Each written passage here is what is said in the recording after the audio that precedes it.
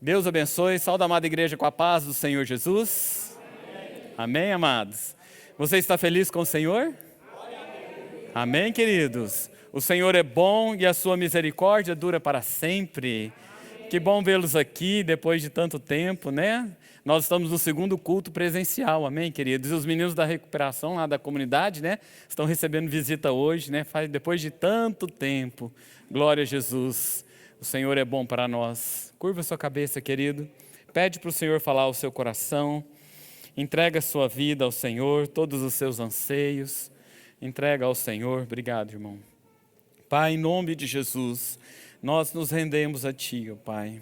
E pedimos ao Senhor, ó Deus, fala ao nosso coração e ministra as nossas vidas, ó Pai.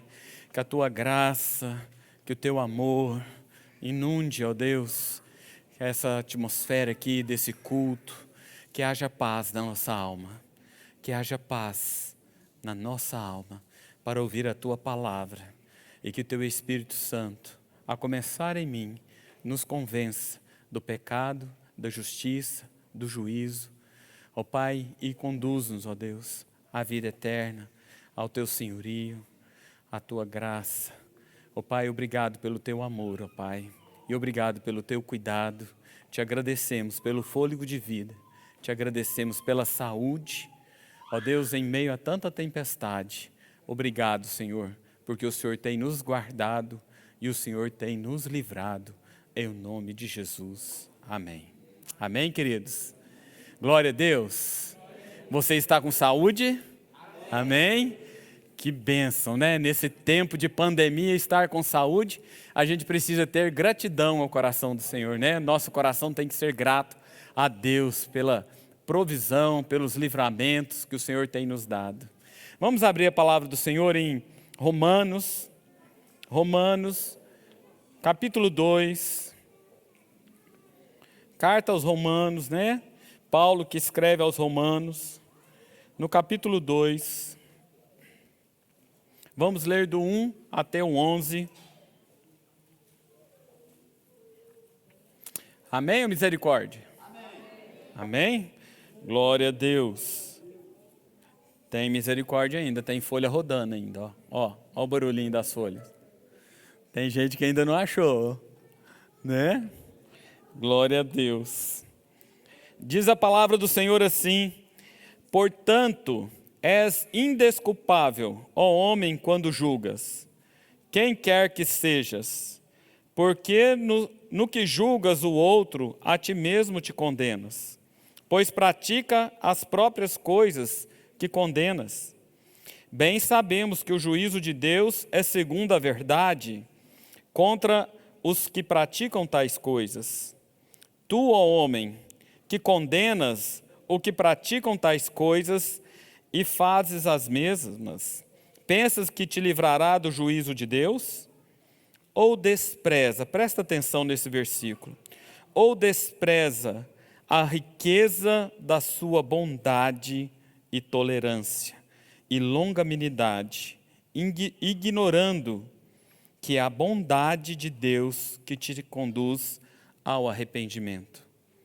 Mas, segundo a dureza do teu coração impenitente, acumulas contra ti mesmo ira para o dia da ira e da revelação do justo juízo de Deus, que retribuirá a cada um segundo os seus procedimentos, a vida eterna aos que, perseverando em fazer o bem, procuram glória, honra e incorruptibilidade, mas ira e indignação aos facciosos que desobedecem à verdade e obedecem à injustiça.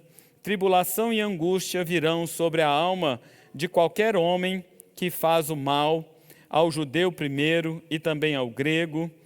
Glória, porém, e honra e paz a todo aquele que pratica o bem, ao judeu primeiro e também ao grego, porque para Deus não há acepção de pessoas. Amém, queridos? Glória a Jesus. O Senhor é bom e a sua misericórdia dura para sempre. E que bom que você está aqui hoje, querido, porque Deus quer nos edificar.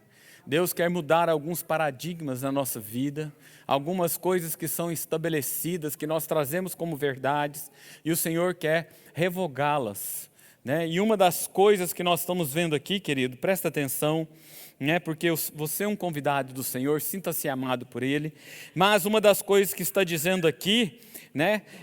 Começa o texto, Paulo dizendo assim: quem és tu, ó homem, que fica julgando o teu próximo? E que quando você julga o próximo, você também é réu dessa mesma lei pela qual você está julgando o próximo. Talvez você não está fazendo aquilo que o próximo está fazendo. Talvez você não está fazendo aquilo que o próximo está fazendo, mas você está errando na mesma lei pela qual você julga. Porque quando nós apontamos o dedo para o outro, querido, nós nos colocamos como juiz, e quem nos chamou para sermos juízes? E qual é essa lei pela qual você está condenando? Essa mesma lei, ela vai te condenar também, porque se você não está errando naquilo que ele está fazendo, você está errando em outra coisa. E aquele que deve 1 da lei, e se é pela lei que nós vamos agir, então se eu devo a lei, em mim não há graça, não há misericórdia, não há redenção. Então por essa mesma lei eu sou julgado e condenado. E por isso que Paulo está dizendo isso, mas ele vai ressaltar algo precioso aqui. Ele vai ressaltar aqui no 4, versículo 4, se você precisa gravar isso. Ou desprezas a riqueza. O que é riqueza? Riqueza é abastança, é provimento em excesso. Ou você despreza a riqueza da sua bondade, a riqueza da bondade de Deus. Deus vai trabalhar conosco, querido. Comigo, com os judeus, né? E ele está falando, aqueles que são os escolhidos da casa do Senhor, naquela época, Paulo está falando isso aos judeus e aos gregos, está falando daqueles a qual são descendência de Abraão e aqueles que não são, mas todos dois estão na mesma condição, ambos estão na mesma condição. E Paulo está falando assim, olha, Deus tem riqueza de bondade, riqueza de tolerância, de longanimidade. E não ignore, querido, não podemos ignorar que a bondade de Deus é que nos conduz ao arrependimento. Fala para o seu irmão, é a bondade de Deus que conduz ao arrependimento. E querido, nesse tempo que nós estamos vivendo muito mais próximos, nós estamos em home office, nós estamos trabalhando mais perto, nós estamos tendo mais atritos, nós temos mais cobrança, nós estamos sofrendo mais pressões, nós estamos mais angustiados, nós estamos mais críticos, nós estamos mais duros, nós estamos com as línguas mais afiadas, e nós estamos acusando uns aos outros. Mas o Senhor quer trazer paz na sua casa, quer trazer paz na sua vida, no seu trabalho, aonde você está, com quem você convive, dentro da igreja. O Senhor quer trazer paz, querido. Nós precisamos usar de longanimidade, nós precisamos usar de bondade. E o que é bondade, querido? Bondade é uma alma generosa. A palavra do Senhor diz que o Senhor tem riqueza de bondade para conosco. Ou seja, o Senhor é generoso para conosco. Ele tem uma atitude amável, ele é cortês. Às vezes nós temos a visão de Deus, um carrasco, um senhor, aquele que traz a justiça. Sim, Deus traz justiça. Presta atenção naquilo que João Batista fez. João Batista veio aplanar o caminho para que o Senhor Jesus viesse. E ele vem com a espada, ele vem trazendo a lei, ele vem falando, raça de víboras. Quem vos ensinou a fugir da ira vindoura? Arrependei-vos. Arrependei-vos. E ele está trazendo o quê? Mostrando a lei. Ele está falando assim, olha, existe uma conduta que é necessária. Arrependa-te daquilo que você tem feito. E volte para os caminhos do Senhor. Mas aí ele diz, olha, eu não tenho autoridade, eu não sou digno de desamarrar ou amarrar as sandálias daquele que vem após mim, que é Cristo Jesus. E Cristo Jesus vem falando o quê? No seu primeiro discurso, ele vai falar também: arrependei-vos. Mas em toda a trajetória do Senhor Jesus, nós vamos ver a bondade, nós vamos ver a longanimidade, nós vamos ver a tolerância, nós vamos enxergar a riqueza de longanimidade. Longanimidade, querido, é paciência e resignação com que se suporta contrariedades.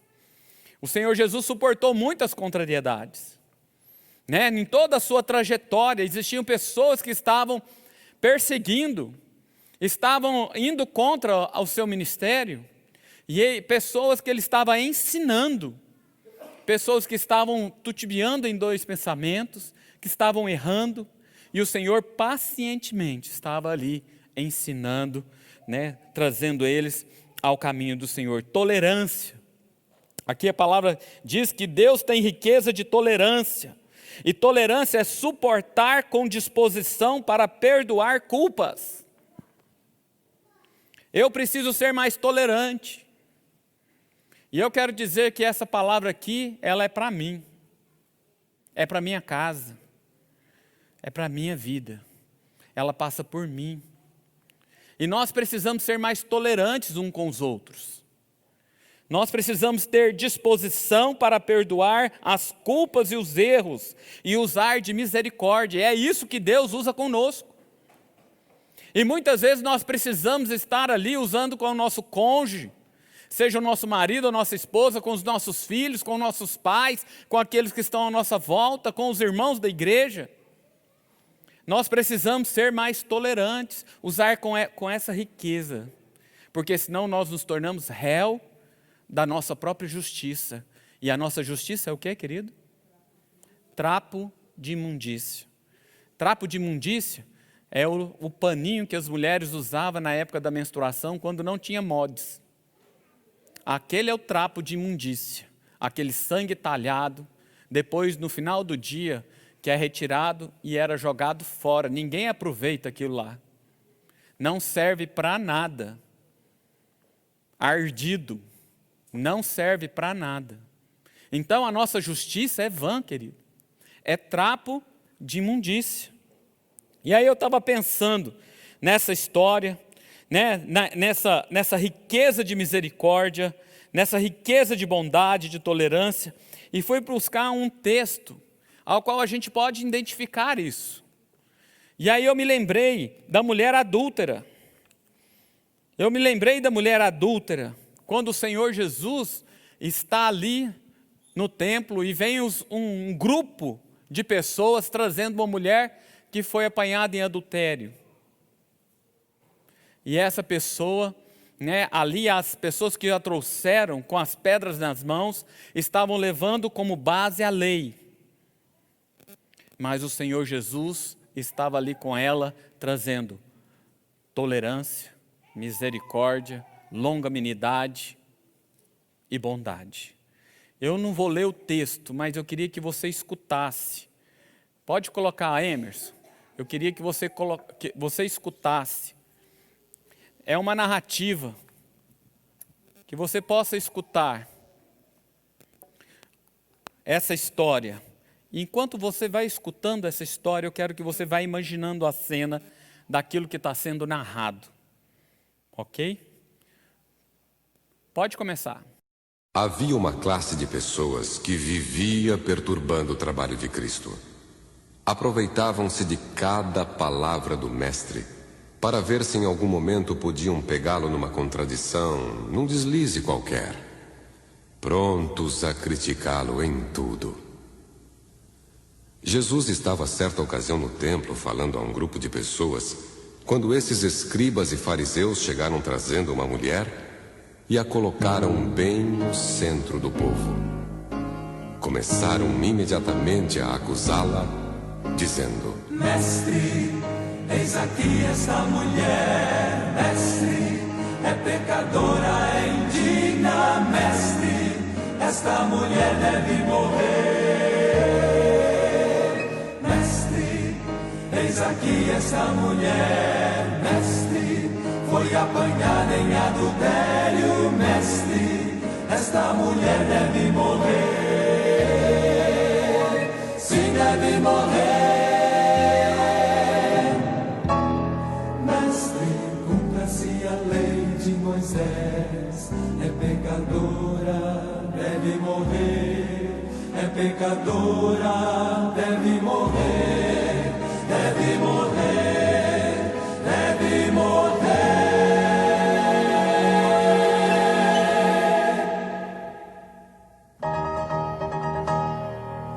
Que dizes tu, ó mestre?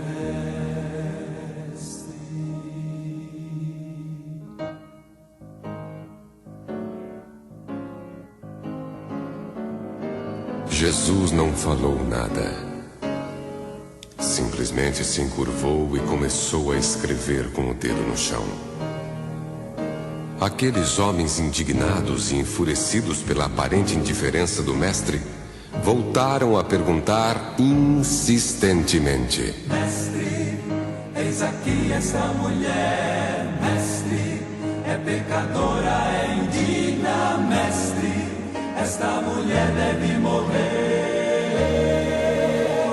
Mestre, eis aqui esta mulher, mestre, foi apanhada em adultério, mestre, esta mulher deve morrer, sim, deve morrer.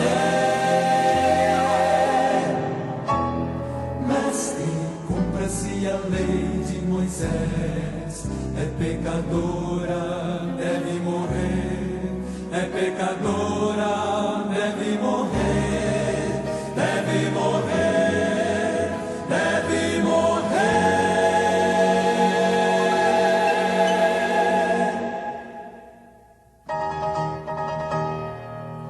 Que dizes tu, ó mestre? Então Jesus disse: Quem estiver sem nenhum pecado, lance a primeira pedra.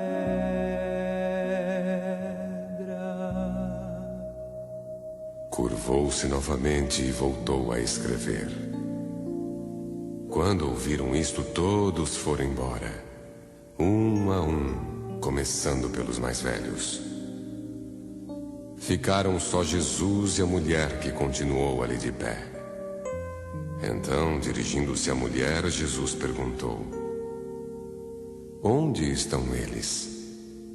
Ninguém ficou aqui para te condenar? Ninguém, Senhor, respondeu ela.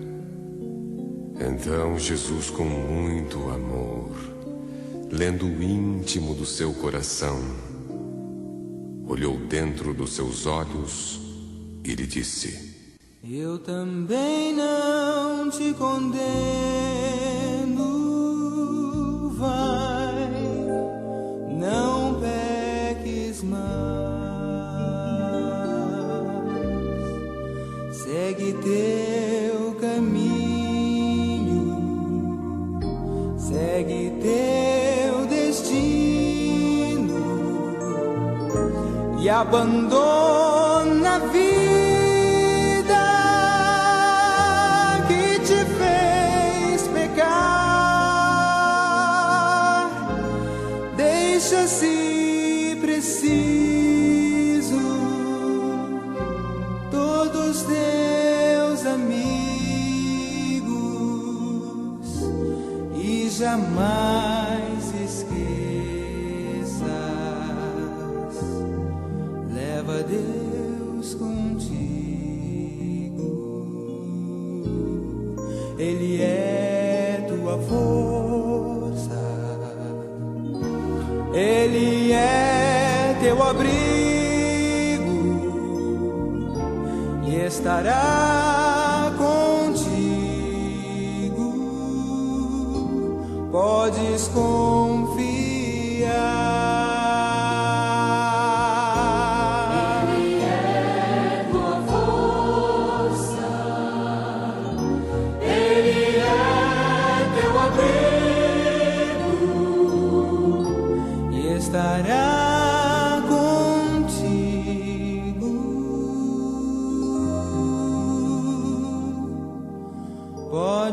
podemos confiar.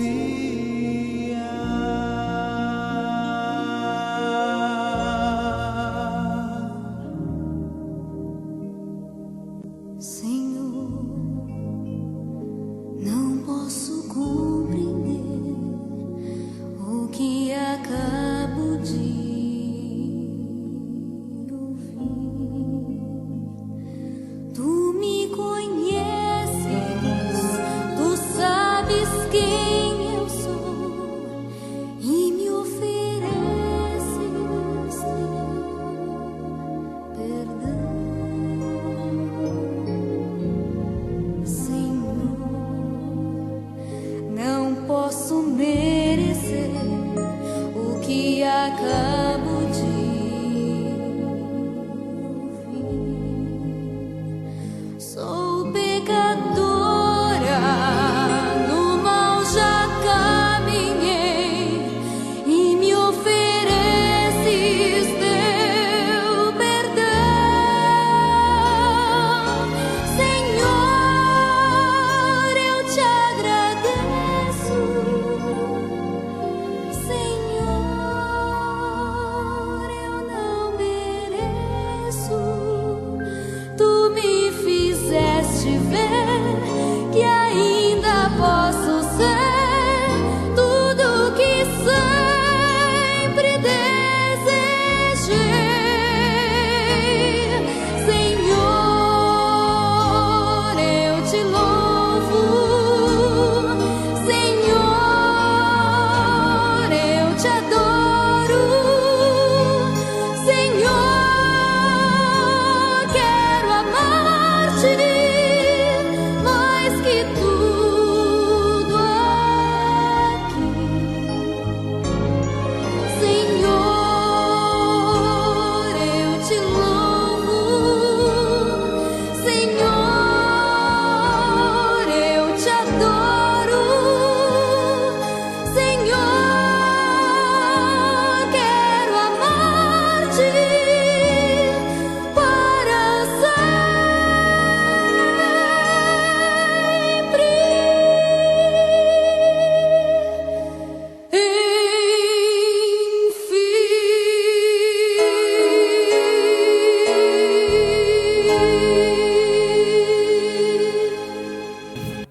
Amém, queridos? Parece que é a nossa história, né? Fala da nossa história. Mas, queridos, eu quero relatar desse texto, né? A música ela vai trazer a parte do sentimento, né? Quem compôs a música, ele entendeu a essência da bondade de Deus e ele traz ali na composição alguma parte do sentimento da pessoa que recebe o perdão. Mas o que eu quero ressaltar aqui, queridos, é que essa mulher, ela vivia num tempo onde as pessoas eram apedrejadas. Essa mulher vivia num tempo onde a lei era executada. Ela vivia num tempo em que a punição era severa. Mas isso não a impediu de transgredir a lei. Porque ela é externa. Essa é uma punição externa. E a transformação, querido, ela vem de dentro. E é através do amor que vai constranger. Um amor que constrange, porque o texto que nós lemos é que Deus é rico em bondade, Deus é rico em tolerância e Deus é rico em longanimidade. E não despreze, né? Fala que o texto não ignorando que a bondade de Deus é que conduz ao arrependimento.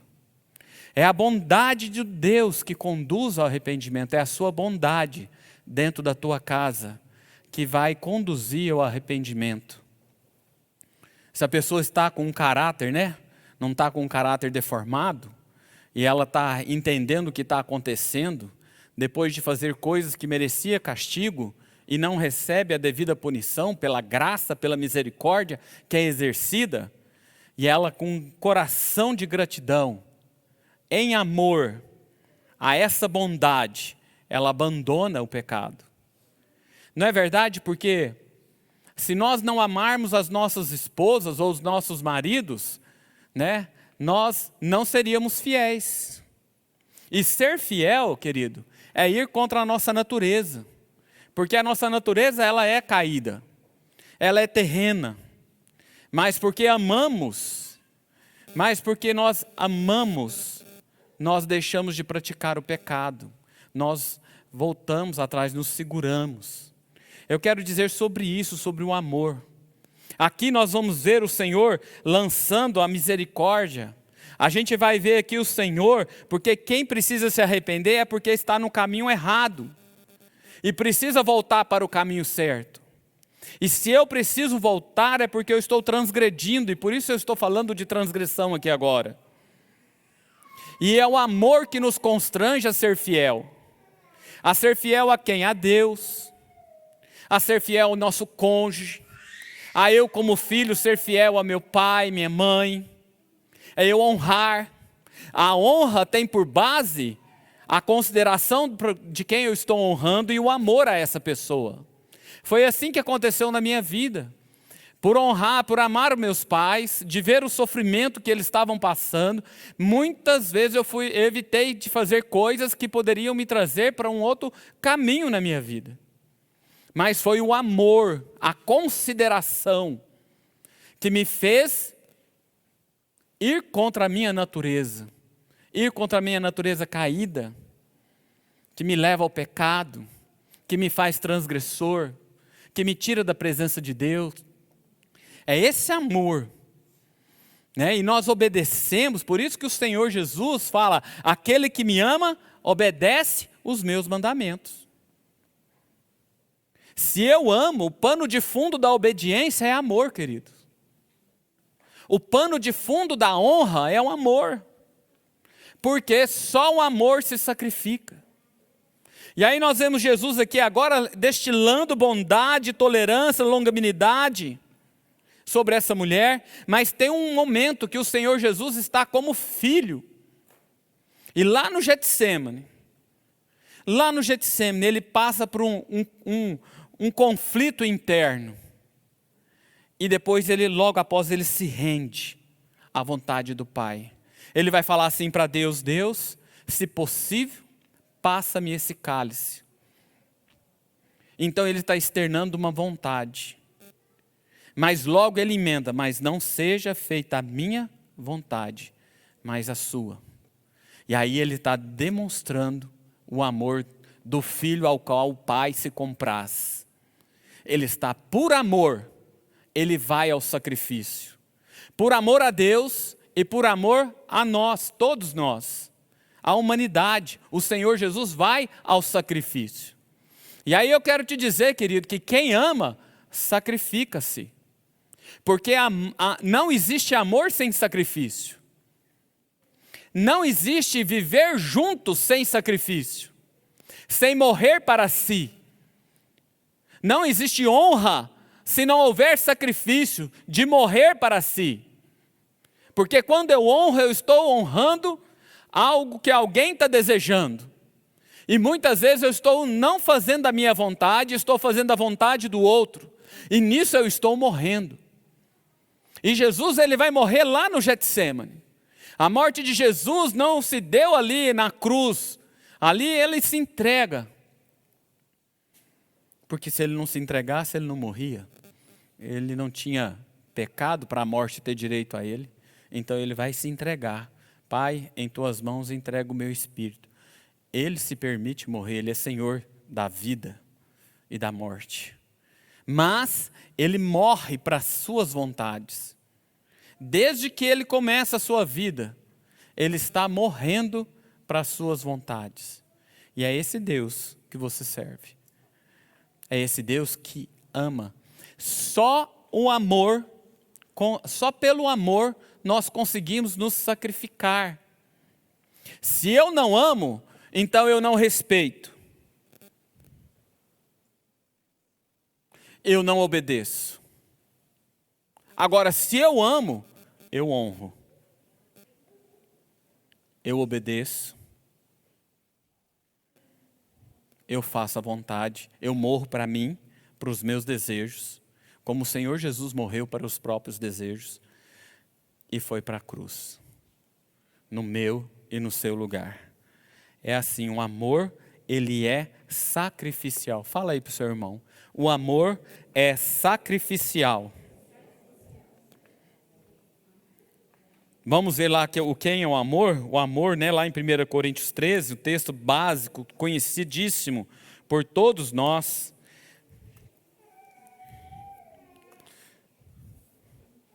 O texto de 1 Coríntios.